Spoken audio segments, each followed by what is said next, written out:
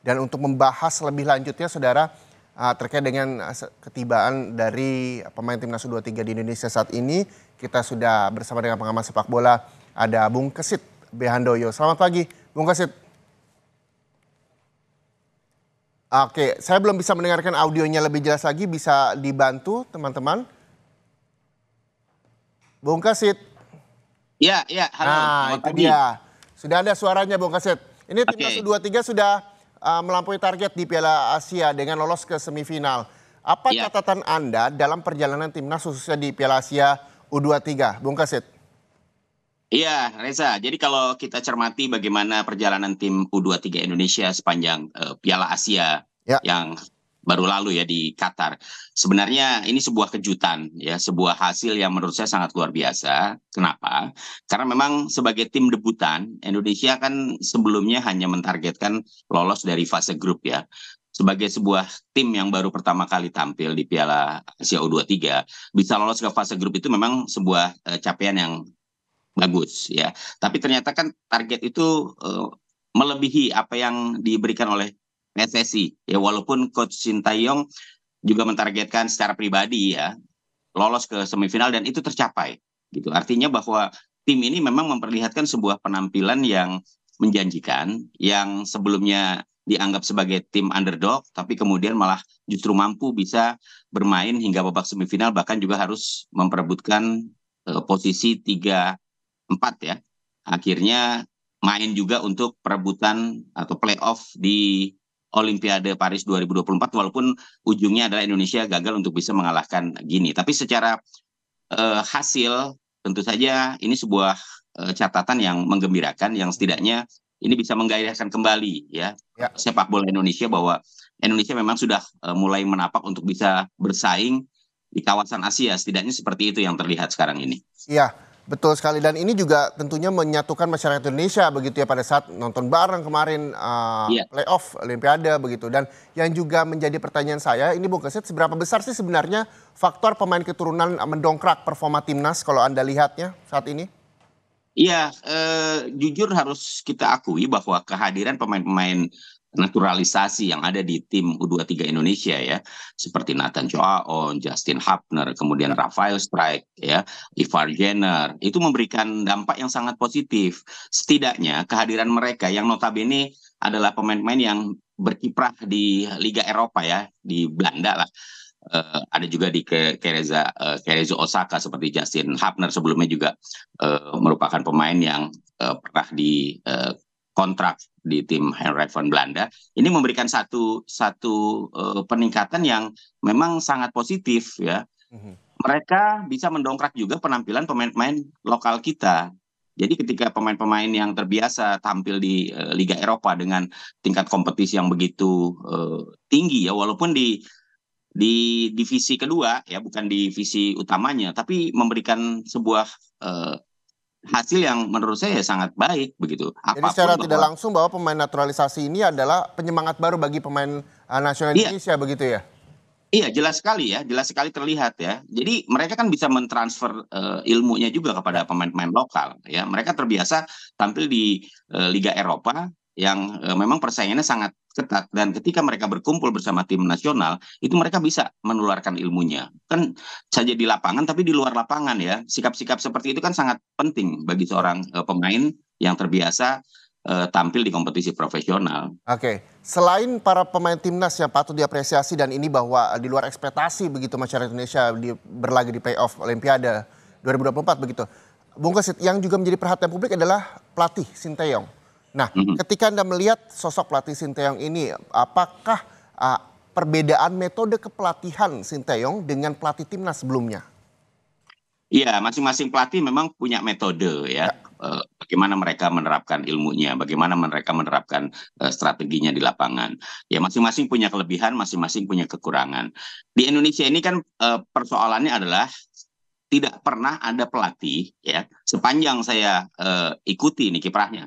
Dari tahun 90 aja lah, atau terakhir 91 ketika kita sukses meraih SEA Games ya, juara SEA Games di Manila. Itu kan pelatih-pelatih yang ada di tim nasional Indonesia ya, baik di level senior maupun di level kelompok umur, itu nggak pernah panjang gitu masa masa kepelatihannya, paling 2 tahun, Ya, setahun, 2 tahun itu, dan itu sudah berganti puluhan kali ya sejak tahun 91 sampai ke Sinteyong. Nah, Sinteyong ini pelatih yang menurut saya memang punya waktu yang cukup panjang.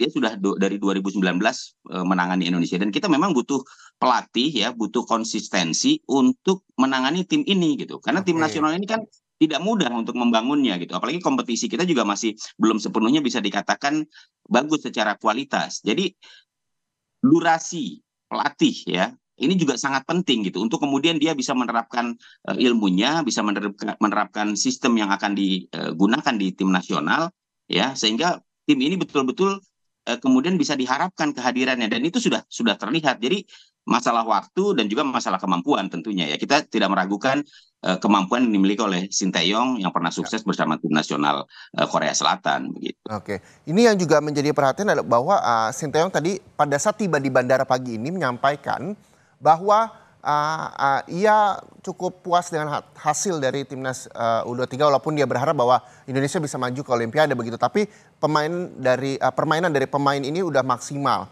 Namun Ya. ia juga menyatakan bahwa ada keputusan tidak adil dari wasit. Anda melihatnya seperti apa?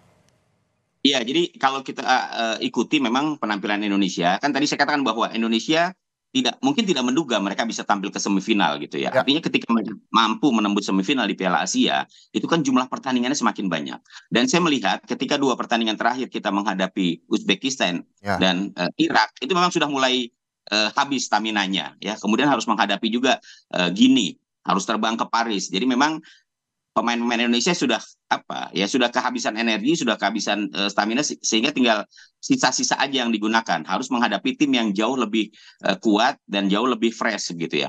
Bahwa ada keputusan-keputusan kontroversi dari wasit, saya pikir ya wajar kalau kemudian Sinteyong melakukan protes ya, komplain terhadap kepemimpinan wasit. Tapi sebenarnya kita juga tidak harus kemudian melulu menyalahkan wasit gitu ya. ya. Lebih baik kita konsentrasi bahwa kita memang perlu pembenahan. Tim ini sudah memperlihatkan progres yang sangat baik, yang sangat positif. Bahwa ada keputusan wasit yang mungkin dirasakan merugikan Indonesia.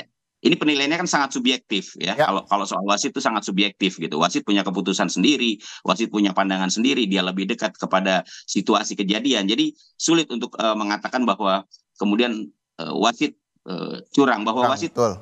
iya, bahwa wasit ada keputusan yang salah, mungkin iya gitu ya. Tapi jangan kemudian kita memberikan penilaian seolah-olah kekalahan Indonesia, kegagalan Indonesia ini karena gara-gara wasit begitu.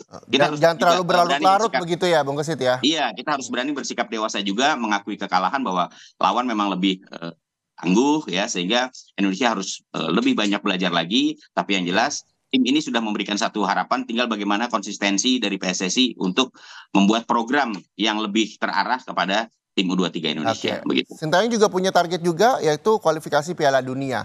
Tentunya Ya. juga perlu ada pelatihan-pelatihan lagi yang terus dilakukan oleh pemain dan juga strategi yang nantinya akan diberikan Sintayong kepada timnas Indonesia. Anda melihatnya seperti apa? Iya, tim U23 ini juga kan mayoritas berisikan pemain-pemain tim nasional senior ya. Ya, Hernando Ari, Rizky Ridho, Hapner, kemudian Nathan, Pratama Arhan, Rafael Strike, atau juga Marcelino Ferdinand, serta Witan Sulaiman ya. mhm, Pengalaman bermain di Piala Asia U23 ini kan memberikan kembali jam terbang yang tinggi ya. betul. Mereka mendapatkan pengalaman yang begitu baik ya, walaupun di tim U23, tapi jangan lupa banyak tim-tim yang ikut di U23 ini juga pemain-pemainnya juga tergabung di tim senior mereka ya, negaranya masing-masing. Artinya apa? Bahwa kekompakan mereka ini akan semakin baik ya. Diharapkan setelah Piala Asia U23 ini mereka mendapatkan jam terbang lagi, mereka mendapatkan menit bermain yang bagus, mendapatkan pengalaman bagaimana mengatasi pressure yang begitu tinggi dari tim-tim yang kelasnya di atas Indonesia. Ini menjadi modal baik untuk tim senior Indonesia Ya, pada saat menghadapi Irak dan juga Filipina dalam melanjutkan kualifikasi Piala Dunia 2026. oke. Saat ini timnas U23 telah tiba di Indonesia yang nantinya akan beristirahat di Hotel Fairmont di kawasan Senayan begitu. Dan tadi pada saat di Bandara Soekarno-Hatta, Witan Sulaiman juga menyampaikan reaksinya soal fans Indonesia, bahwa ia berharap bahwa fans Indonesia ini agar selalu positif memberikan komentar dan juga supportnya kepada timnas Indonesia. Yang kita tahu Bung Kesit, bahwa fans bola di Indonesia ini sangat luar biasa animonya, antusiasnya begitu. Bahkan ketika memang ada segala sesuatu yang dianggapnya curang, misalnya wasit saja, begitu banyak diserang oleh para netizen dan juga fans fanatik dari sepak bola Indonesia. Anda melihatnya seperti apa? Dan seharusnya fans itu bersikap seperti apa sih di sepak bola? Iya, fans Indonesia memang begitu luar biasa ya.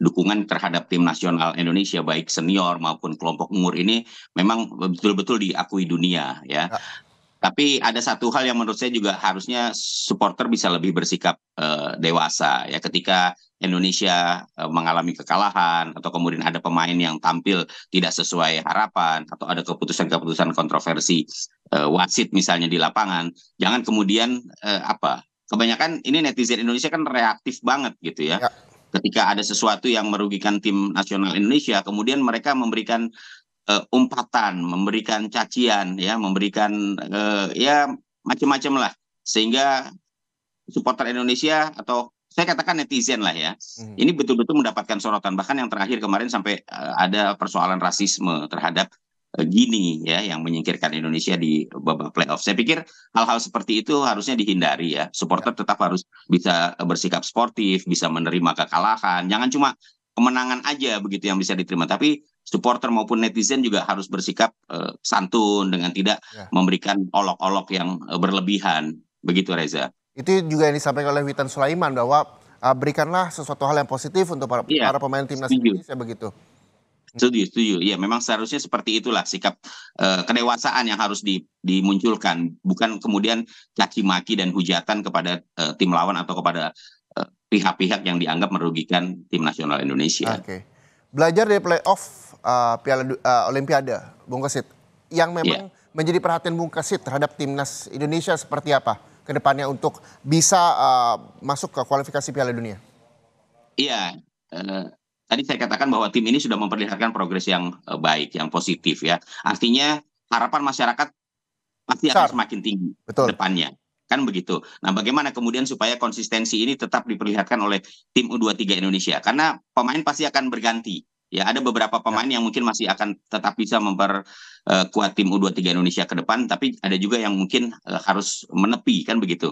Nah, menurut saya yang paling baik adalah bagaimana kemudian PSSI menyiapkan program uji coba ya dengan negara-negara yang sepak bolanya jauh lebih bagus secara kualitas sehingga tim ini atau pemain-pemain nasional U23 itu akan mendapatkan pengalaman bertanding yang bagus gitu oke. sebagai bekal untuk menghadapi persaingan di level berikutnya. Karena apa? Saya pikir uji coba ini sangat penting ya bagi tim, bagi para pemain untuk menambah kemampuan mereka, mendapatkan pengalaman bermain Oke, sehingga pada saat menghadapi tim yang kualitasnya sama atau di atas Indonesia itu mereka jauh lebih siap ya. oke. Ini sangat penting dan itu yang harus dilakukan oleh PSSI agar progres dari tim ini jangan sampai mengalami stagnan gitu. Jadi harus Ya, terus berkembang karena ketika kita sudah menapak di semifinal Piala Asia U23, masyarakat pasti dalam Piala Asia berikutnya ingin mendapatkan hasil yang minimal sama gitu. betul. Bahkan harus lebih barangkali bisa ke final gitu ya. Bung Kesit, Jadi bisa nggak disebutin negara mana saja? Misalnya Anda bisa memberikan masukan ke PSSI buat tanding uji coba. ya banyak ya negara-negara yang menurut saya bisa dijadikan tim sparring partner gitu ya. Misalnya Korea, Jepang gitu. Atau misalnya kita menghadapi negara-negara Eropa seperti Jerman, Italia. Kenapa tidak begitu? Kita pernah menghadirkan Argentina untuk tim nasional senior. Ya artinya apa? Bahwa Indonesia sebenarnya mampu untuk bisa menghadirkan tim-tim yang secara kualitas lebih bagus Oke. dari Indonesia dan ini sangat penting bukan saja buat pemain tapi juga buat kemajuan sepak bola Indonesia secara umum begitu. Oke, itu juga yang nantinya menjadi perhatian di PSSI dan juga semangat Iya, PSSI untuk membangun timnas Indonesia lebih baik lagi ke depannya begitu ya. betul, Dan kita betul berharap bahwa Reza. kami seluruh masyarakat Indonesia dan juga para fans fanatik sepak bola Indonesia juga bisa lebih sportif lagi untuk mendukung Iya, para pemain timnas dan juga siapapun yang bertanding nanti untuk mengharumkan nama Indonesia. Terima kasih iya. sekali lagi Sepakat. pengamat sepak bola Bung Kesit Behandoya atas waktunya pagi hari ini dan saudara Terima kasih. breaking news Kompas TV kita akhiri. Sampai Indonesia Air Pekan masih yang kembali untuk Anda. Tetaplah bersama kami di Kompas TV, independen terpercaya.